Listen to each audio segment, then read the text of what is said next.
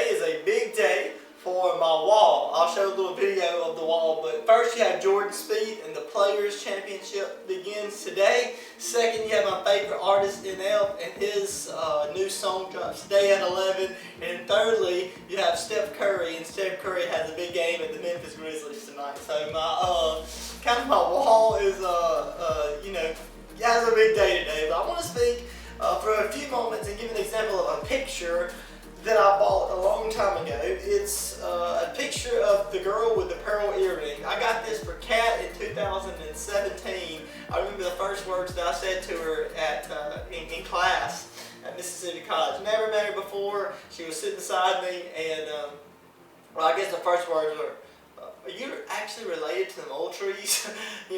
like the Moultrie Game and Feeders and stuff. She was like, "Yeah."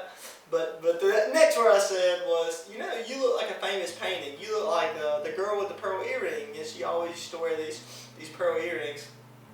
And I got this in 2007. It was a museum replica of the painting is what this is, but I want just to imagine for a moment, what if I had a painting of the girl with the pearl earring? If you don't know anything about this is like a super old painting. It was a painting in the Renaissance. It's probably one of the top 5 most famous paintings ever.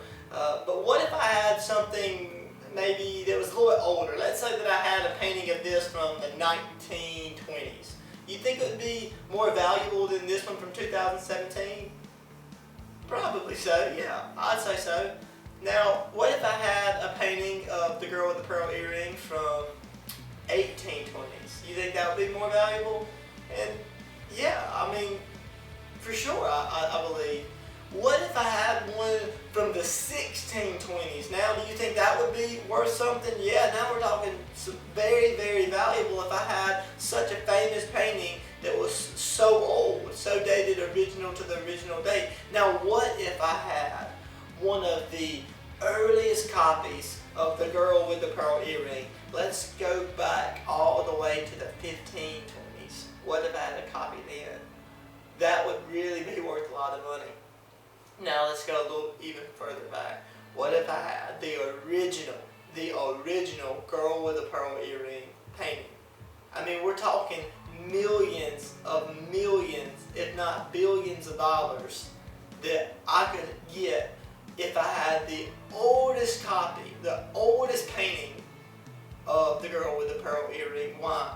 Because the further you go back, the older the painting gets, the more value it has. And that's what I got out of today's lesson in Romans chapter 4. It reads like this.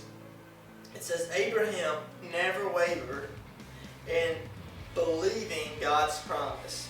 In fact, his faith grew stronger as time went on. And this is how he brought glory to God.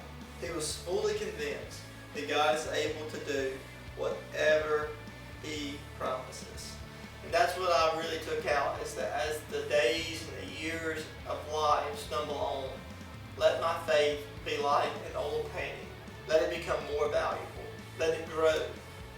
I think sometimes we get a little bit older in life, and 20s to 30s, 30s to 40s, 40s to 50s, and if we're not careful, the faith that we once had and the vitality that we once had, gung-ho for Jesus, can kind of dwindle down a little bit. And what I really got from this passage is that, look, the older we grow, the more sweet our faith must become. The more it must grow. So ultimately, like the passage says, so that we can glorify God in and through our belief that he will do what he says he will do in our lives. So that's kind of what stood out to me. So I hope y'all enjoyed Romans chapter 4.